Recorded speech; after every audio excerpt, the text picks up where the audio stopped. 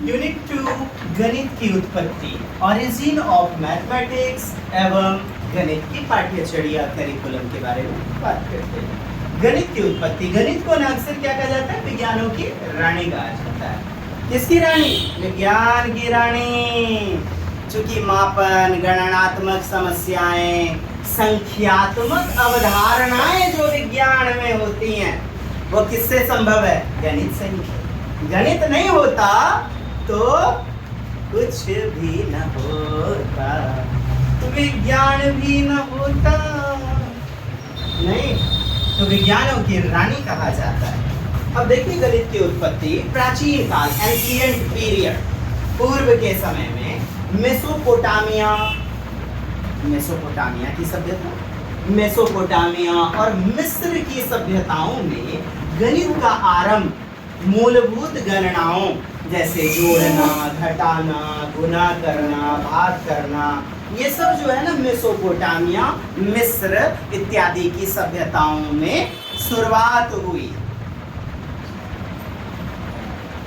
ठीक? प्राचीन भारत में सुलभ सूत्र है ना, पूछा गया प्रश्न है आपके सीटेट में। सुलभ सूत्रों में ज्यामिति का प्रयोग यज्ञ वेदियों के निर्माण में होता था। देखिए क्या दिया गया है? ज्यामिति, ज्योमेट्री, आयत, घन, घनाभ, त्रिभुज के बारे में आप पढ़ते हैं। तो ये जो यज्ञ बनाया जा रहा है, यज्ञ का वेदी, तो कितना दूरी होगा, कितना क्षेत्रफल होगा, यही तो है ज्यामिति। तो प्राचीन भारत में सुलभ सूत्र पुस्तक भी है, तो सुलभ सूत्रों में ज्यामिति का प्रयोग यज्ञ वेदियों के निर्माण में होता था। प्राचीन भारत का योगदान, अब देखिए आर्यभट्ट महोदय शून्य की अवधारणा को स्पष्ट किया। किसने? आर्यभट्ट ने। बीजगणित, अलजेब्रा में योगदान दिया। बीजगणित समझ रहे हैं ना? अलजेब्रा माना कि पिता की उम्र x वर्ष। ब्रह्मगुप्त शून्य और ऋणात्मक संख्या, देखिए शून्य का परिचय दिया, शून्य को परिभाषित किया, तो किसने? ब्रह्मगुप्त ने। शून्य के बारे में खोज निकाला हमारे भारत के आर्यभट्टन। आर्यभट्टीय नामक पुस्तक में वर्णन है, आर्यभट्टीय नामक पुस्तक में आर्यभट्ट के द्वारा रचित। और इसकी परिभाषा ऋणात्मक संख्याओं के बारे में किसने बताया? ब्रह्मगुप्त। ठीक है मित्रों, आगे भास्कराचार्य ने लीलावती पुस्तक की रचना की। किसकी? लीलावती। पूछा गया प्रश्न है आपसे, लीलावती पुस्तक की रचना की। और इसमें ना गणितीय ग्रंथ की रचना ये भास्कराचार्य लीलावती नामक प्रसिद्ध गणितीय ग्रंथ की रचना की। कलन विधि, कैलकुलस की अवधारणा दी। कलन आपसे आता है ना पेडागोजी में? कलन, चरण दर चरण, संक्रियाओं का कैलकुलेशन। किसने? भास्कराचार्य। किसने? भास्कराचार्य। पूछ लिया गया है प्रीवियस में। पिंगल, बाइनरी संख्या, 2 डिजिट बाइनरी नंबर सिस्टम का वर्णन किया। किसने? पिंगल महोदय। यूनानी गणित, थेल्स महोदय। अब यूनानी गणित का योगदान देखिए। गणित की जो उत्पत्ति हुई उसमें यूनान का क्या योगदान है? यूनान के जो भी हैं, पाइथागोरस हैं, थेल्स महोदय हैं, यूक्लिड हैं, उनका योगदान देख ले। थेल्स आप सभी जानते हैं, थेल्स प्रमेय, पाइथागोरस प्रमेय। तो थेल्स सबसे पहले गणित को लॉजिकल विज्ञान, रीजनिंग वाला विज्ञान, तर्क संगत विज्ञान के रूप में स्थापित करने का श्रेय थेल्स महोदय को जाता है। याद रखेंगे पाइथागोरस प्रमेय, पाइथागोरियन थ्योरम की खोज किसने किया? पाइथागोरस ने। याद रखें। यूक्लिड एलिमेंट्स नामक ग्रंथ में ज्यामिति को व्यवस्थित किया, ज्यामिति के बारे में वर्णन किया। एलिमेंट्स, यूक्लिड, ध्यान रहे कि नहीं? यूक्लिड को ज्योमेट्री का पिता कहा जाता है। ज्योमेट्री मतलब ज्यामिति। ज्यामिति का क्या कहते हैं मित्रों? पिता कहा जाता है यूक्लिड को। पाइथागोरस, आर्किमिडीज, प्लूटो, अरस्तु इत्यादि ये जो फिलोसफर है ना, दार्शनिक, इनको ना गणित को विज्ञान से जोड़ा। इस सबने क्या है, गणित को विज्ञान से जोड़ने का श्रेय जाता है। आर्किमिडीज हो गए, प्लेटो, अरिस्टोटल, पाइथागोरस, गणित को ना कनेक्टेड विद साइंस। आर्किमिडीज क्षेत्रफल के बारे में, एरिया के बारे में, क्यूब के बारे में गणना में योगदान दिया और सिद्धांत को प्रतिपादित किया। किसने? आर्किमिडीज ने। क्या क्या देख रहे हैं? एरिया, घन, आयतन, तभी तो निकल पाता है। अब अरबी देशों का भी योगदान है, अरब के लोगों का भी, इस्लामी जगत का भी योगदान है। अब जैसे अल-ख्वारिज़मी, बीज गणित, अलजबरा शब्द इन्हीं के नाम से आया हुआ, अलजबर की अवधारणा, और अलजबर से अलजबरा, अल-ख्वारिज़मी, अलजबरा। उमर खय्याम, घन समीकरण, घन समीकरण समझ रहे हैं ना, क्यूबिक इक्वेशन जो होते हैं, क्यूबिक इक्वेशन का हल किसने? उमर खय्याम। ठीक, तो वेस्टर्न कहाँ पीछे रहने वाले थे? विकास रुक हम आ रहा लियो, रुक था डेवलपमेंट इन द वेस्ट। पश्चिमी गणित का विकास कहता है डेस्कार्टेस, डेस्कार्टेस बहुत बड़ा नाम है, रेने डेस्कार्टेस। समन्वित ज्यामिति, कोऑर्डिनेशन नहीं पढ़े हुए हैं, coordination, coordinate math, coordination geometry पढ़े होंगे आप, हाँ जो एडवांस लिए होंगे मीट्रिक में तो गुजरे होंगे। कोऑर्डिनेट ज्योमेट्री की शुरुआत की Isaac Newton, sir Isaac Newton और लिबनिज, लिबनिज कलन की खोज की, कलन की खोज की, कैलकुलस।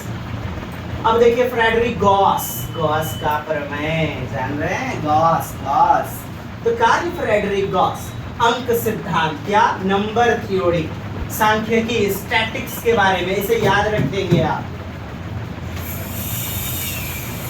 गॉस ने स्टैटिक सांख्यिकी के बारे में योगदान दिया, अंक सिद्धांत, नंबर थ्योरी में योगदान दिया गॉस। अब देखिए बेबीलोन, बेबीलोनिया, तो बेबीलोनिया उन्होंने 60 के आधार वाली शतांश अर्थात सेक्साजेसिमल सिस्टम, सेक्साजेसिमल 60 की पद्धति, एक घंटे में कितना मिनट? 60 मिनट। तो ये सेक्साजेसिमल सिस्टम का प्रयोग बेबीलोन वासियों ने, बेबीलोनिया, बेबीलोन के गणितज्ञों लोगों के द्वारा किया गया। तो उन्होंने शुरुआत की 60 का आधारी अंक, 60 के आधार वाली शतांश पद्धति, शतांश प्रणाली याद रखना है। आज की घड़ी 60 मिनट बराबर 1 घंटा, इसी का उदाहरण है बेबीलोन वासी। ठीक है साहब, ये थी हिस्ट्री ऑफ मैथमेटिक्स, एक संक्षिप्त चर्चा जो आपके गणित पेडागोजी में, आपके कंटेंट 30 नंबर में बहुमूल्य होता है। चलिए आगे पाठ्यचर्या, पाठ्यक्रम, सिलेबस, करिकुलम के ऊपर नजर डालते हैं। न्यू एजुकेशन पॉलिसी 2020 और नई शिक्षा नीति 2005 के अनुसार गणित का पाठ्यक्रम कैसा होना चाहिए? गणित का पाठ्यक्रम कहता है बाल केंद्रित होना चाहिए और अनुभव आधारित, एक्सपीरियंस बेस्ड होना चाहिए, बिल्कुल रियल लाइफ से कनेक्टेड होना चाहिए, प्रासंगिक संदर्भ, प्रसंगों से जुड़ा हुआ हो, जीवनानुभव, जीवन के संदर्भ से, वास्तविक जीवन से जुड़ा हो, गतिविधि आधारित शिक्षण, एक्टिविटी बेस्ड लर्निंग कैसा होना चाहिए? गतिविधि आधारित, एक्टिविटी पर आधारित, एक्टिविटी बेस्ड, एक्टिविटी बेस्ड होना चाहिए। मूल्यांकन का उद्देश्य केवल परीक्षा नहीं बल्कि समझ आधारित अर्थात बोधगम्यता, अंडरस्टैंडिंग प्रवृत्ति को जो बढ़ावा दे उस पर आधारित होना चाहिए। बोध, अवबोधन, समझ विकसित करने वाला होना चाहिए, केवल एग्जाम सेंटर्ड नहीं, नंबर सेंटर्ड नहीं, प्रदर्शन आधारित नहीं, उपलब्धि उन्मुखी नहीं, अचीवमेंट बेस्ड नहीं, बल्कि समझ वाला, अंडरस्टैंड विकसित करने वाला, स्थानिक चिंतन, स्थानिक बोध मतलब क्या? स्पेशियल अंडरस्टैंडिंग, स्थान, दूरी, दिशा, आदि के बारे में ज्ञान की समझ, ये हमेशा आपके पॉजिटिव उत्तरों में शुमार रहता है। स्थानिक बोध, स्पेशियल अंडरस्टैंडिंग और दक्षता, एबिलिटी, कैपेबिलिटी को बढ़ाने वाला होना चाहिए। क्या? पाठ्यक्रम, पाठ्यचर्या, जो आपके करिकुलम। अब देख, लैटिन शब्द क्योरे, कड़े से बना हुआ है करिकुलम, पाठ्यचर्या, जिसका अर्थ होता है वह मैदान, वह सा प्लेटफॉर्म जिस पर कि बच्चा पढ़ेगा। जितना एक साल में कितना कितना पढ़ना है, तो वो दौड़ का मैदान कहला गया। जैसे कि घोड़ा जिस पर दौड़ता है, जिस फील्ड पर, तो वैसे ही ये क्या हो गया? दौड़ का मैदान, रेस का फील्ड, क्यूरे। तो इसी से उत्पन्न हुआ लैटिन शब्द से करिकुलम। तो शिक्षा के क्षेत्र में इसका अभिप्राय क्या है?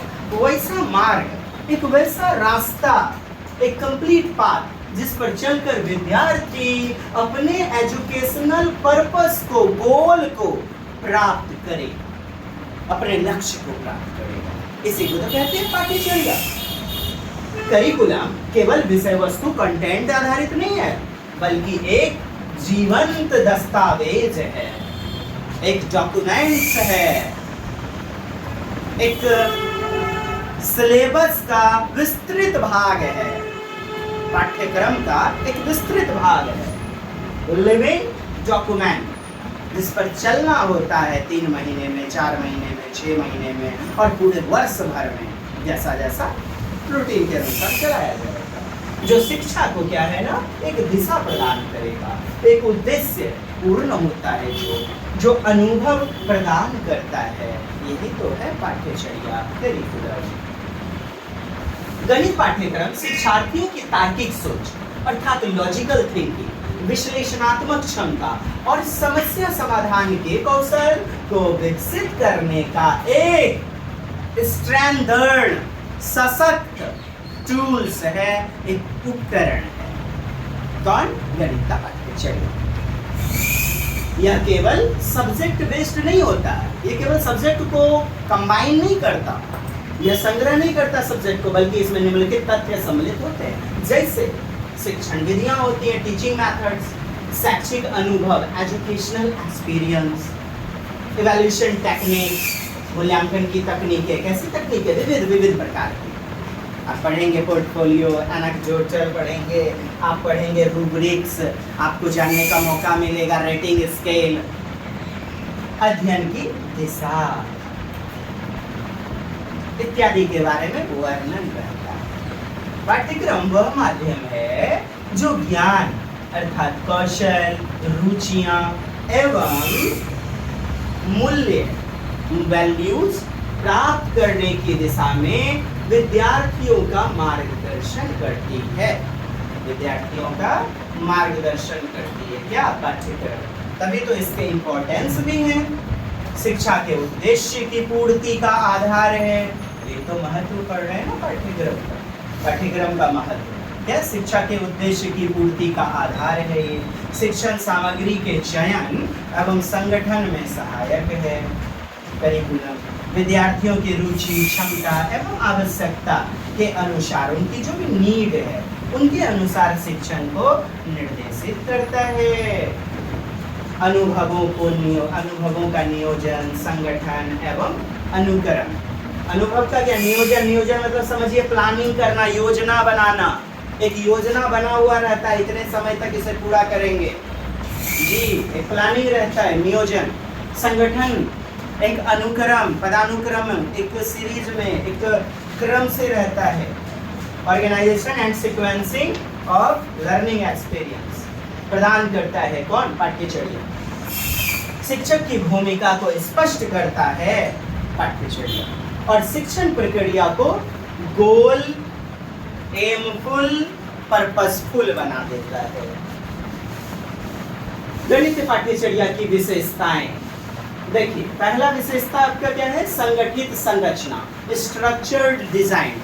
एक जगह कलेक्शन, स्ट्रक्चर बना हुआ रहता है। आपने देखा होगा कि यहाँ से यहाँ तक में इतने अध्याय को पढ़ना है, एक सिलेबस के आधार का आप जान रहे हैं, एक विस्तृत रूपरेखा क्या है, करिकुलम है, पाठ्यचर्या, और उसके अंतर्गत क्या क्या शिक्षण प्रदान करना है, कितने समयावधि में, दैट इज सिलेबस, पाठ्यक्रम।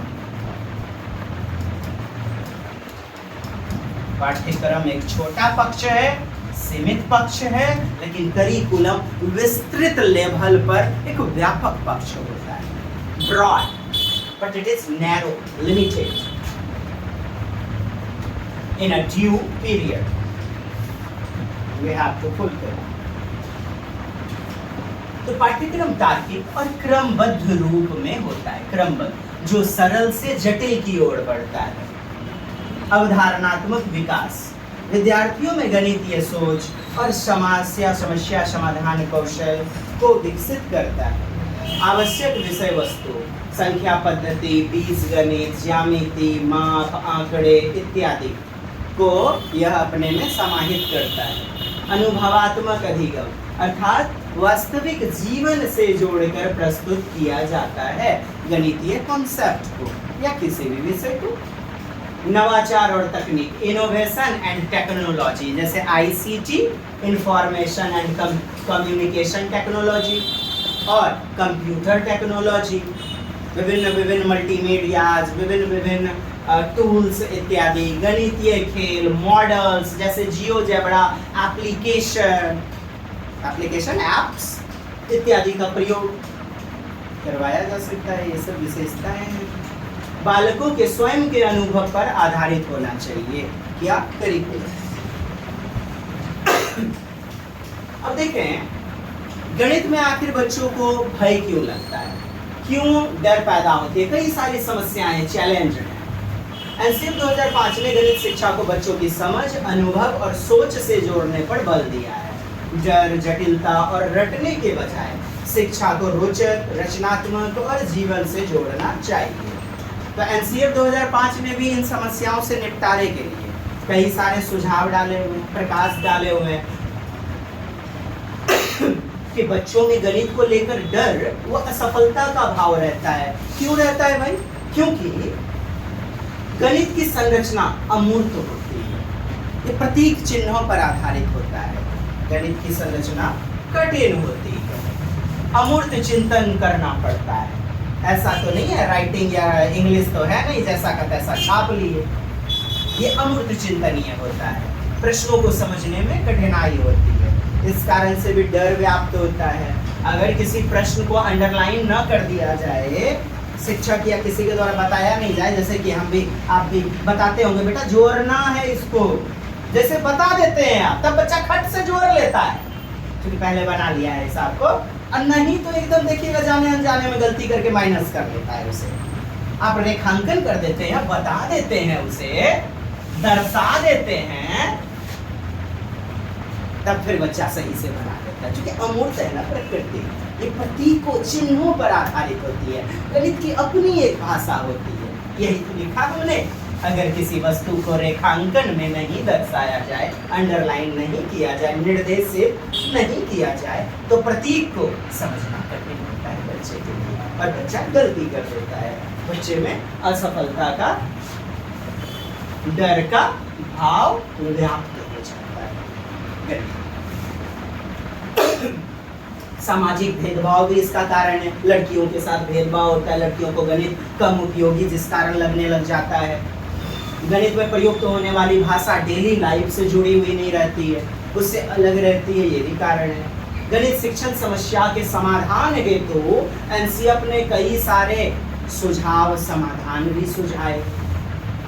गणित शिक्षण का फोकस संकीर्ण लक्ष्यों से हटकर, संकीर्ण लक्ष्य जोड़ना, घटाना, गुणा, भाग से हट करके उच्च लक्ष्य की ओर, अमूर्त चिंतन, अपसारी चिंतन, खुले अंत वाले चिंतन, मतलब उच्च लक्ष्य की ओर, ब्रॉडर एजुकेशनल, हायर एम की ओर विकसित करना चाहिए, बढ़ना चाहिए। संकीर्ण लक्ष्य केवल रटने या अंक लाने वाला, इससे अलग हट करके कैसा व्यापक, विश्लेषणात्मक समझ विकसित करने वाला होना चाहिए। रटने के बजाय, रोट लर्निंग के बजाय प्रक्रिया आधारित ज्ञान और अनुभवात्मक समझ को विकसित करने वाला होना चाहिए। एक्सपीरियंशियल अंडरस्टैंडिंग को बढ़ावा देने वाला होना चाहिए।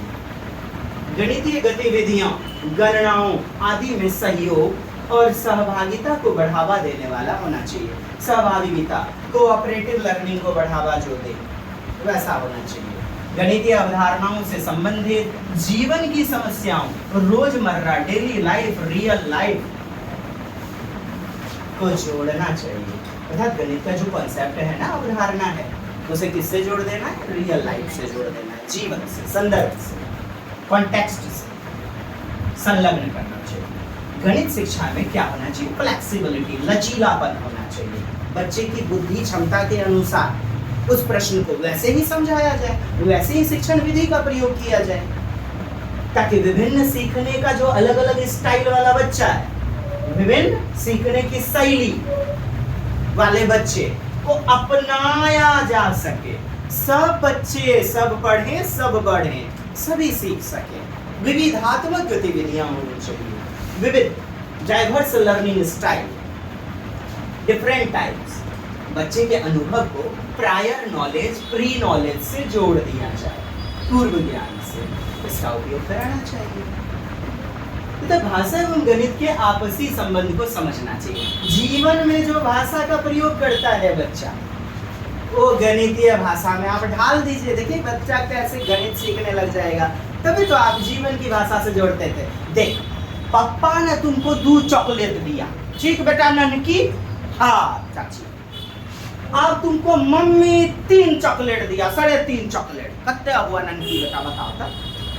अरे ताती, हम ताती बताते कहते तो 5 छले 5। हाँ 6 मैंने 5 और 8। हाँ, भाषा से जोड़ दिया उस गणित को, आपसी रिलेशन बैठा दिया, तो समझना, बोधगम्यता आसान हो जाती है। शिक्षकों को नवाचार का प्रयोग करना चाहिए। नई नई टेक्नोलॉजी, उपकरण, ग्लोब, मल्टीमीडिया, प्रोजेक्टर, ये सभी क्या इनोवेशन, नए नए नवाचारिता का प्रयोग करना चाहिए। गतिविधि आधारित शिक्षण होना चाहिए। गतिविधियों और संसाधनों को अपनाने के लिए प्रेरित करना चाहिए, मोटिवेट करना चाहिए। विविध मूल्यांकन विधि का प्रयोग करें। अब देखिए, एक ही तरीके का मूल्यांकन विधि थोड़े चलेगा, एक रूपी वाला। यूज अल्टरनेटिव असेसमेंट मेथड, वैकल्पात्मक गतिविधि, विविध गतिविधि इवैल्यूएशन में प्रयोग कीजिए। इवैल्यूएट में एक रूपता नहीं, बहुरूपी। कॉम्प्रिहेंसिव अंडरस्टैंडिंग, समग्र विकास के लिए सूचना के आधार पर इकट्ठा करना, विश्लेषण करना और विवेकपूर्ण चयन करना सिखाना चाहिए। बच्चों में सूचनाओं का प्रस्तुतिकरण, प्रेजेंटेशन, प्रस्तुतिकरण मतलब प्रेजेंटेशन, सामने बच्चे के क्वेश्चन। बच्चों में सूचनाओं का प्रस्तुतिकरण एवं निष्कर्ष, कंक्लूजन निकालने की क्षमता का विकास करें। इससे क्या होगा? बच्चे में डर का, असफलता का भाव दूर होगा। सांकेतिक आरेख, diagrams, encourage use of symbols, diagram and visual representation. सांकेतिक आरेख एवं जो आकृति हैं, आकृति, बच्चे ने आइसक्रीम खाया तो आइसक्रीम के संदर्भ में बच्चे को कोण बताइए, शंकु बच्चा समझ पाएगा। बच्चे ने हैप्पी बर्थडे मनाया तो आप जोकर की टोपी या हैप्पी बर्थडे वाले टोपी, आप शंकु बता सकते हैं। घर में जो मम्मा बेलन का प्रयोग कभी कभी उनको देने के लिए नहीं बोलेंगे, तो वो बेलनाकार वस्तु है, कैसी है? सिलिंड्रिकल शेप्स, इसको बढ़ावा दे। तर्क वितर्क, तर्क का मूल्यांकन, समाधान, निर्णय इत्यादि को बढ़ावा देना चाहिए। निर्णय मतलब डिसीजन मेकिंग पावर को, निर्णय लेने की क्षमता, अर्थात बच्चा सेल्फ डिपेंडेंट हो सके, रचनात्मक ज्ञान की रचना कर सके। स्कूल के वातावरण को सामाजिक वातावरण से जोड़ना चाहिए। खुले अंक यानी अपसारी चिंतन वाले प्रश्नों को बढ़ावा देना चाहिए। पूर्व ज्ञान और अनुभव का उपयोग करना चाहिए। ये सब एनसीएफ 2005 ने सुझाए हुए हैं। क्या? बच्चे में गणित के प्रति भय, डर, असफलता को दूर करने के लिए कुछ एडवाइस, सुझाव। जो कि आपके प्रश्नों की पेडागोजी में टैली करेंगे। गणित शिक्षा में सामाजिक समस्याओं का समाधान सिखाना चाहिए, विविध सामग्री का प्रयोग करना चाहिए, मटेरियल वेरियस टाइप का, रिसोर्सेज कैसे स्थानीय होना चाहिए, स्थानीय से दूरस्थ संसाधन, और विविध विधियों का प्रयोग करें, विविध भिन्न भिन्न audio books, video, board, model, चित्र, प्रोजेक्टर, पोस्टर्स, फिल्म पट्टियाँ इत्यादि का उपयोग करके टीचिंग को आकर्षक, इंटरेस्टिंग और क्लियरिटी ला सकते हैं, स्पष्ट बनाया जा सकता है। शिक्षण को छात्रों के लिए मीनिंगफुल और क्रिएटिव बनाया जाए। पाठ्यक्रम को लचीला बनाएं ताकि शिक्षक स्थानीय संदर्भ और भाषा का उपयोग कर सके। गणित की भाषा और विचार प्रक्रिया बच्चे की भाषा और समझ के अनुसार होना चाहिए, अर्थात बच्चे की डेली लाइफ की भाषा होनी चाहिए। देखें, समूह कार्य को बढ़ावा देने वाला होना चाहिए, विचार विमर्श, ग्रुप वर्क, डिस्कशन, विचार मंथन, वैचारिक चर्चा को बढ़ावा देने वाला होना चाहिए। एनसीएफ 2005 ने बच्चों में फेल्योर, असफलता के भाव को दूर करने के लिए सुझाव दिए। और ये हमारा आज का सेगमेंट था। मिलते हैं अगली कक्षा में। कैसी लगी कक्षा? क्या बेहतरीन समझ पा रहे हैं? क्या प्रश्नों के मुताबिक आपके शब्द मैच कर रहे हैं? क्या प्रश्न बन रहे हैं? बना के तो देखिए साहब, जरूर बनेंगे। मिलते हैं अगली कक्षा में, तब तक के लिए जय हिंद, वंदे।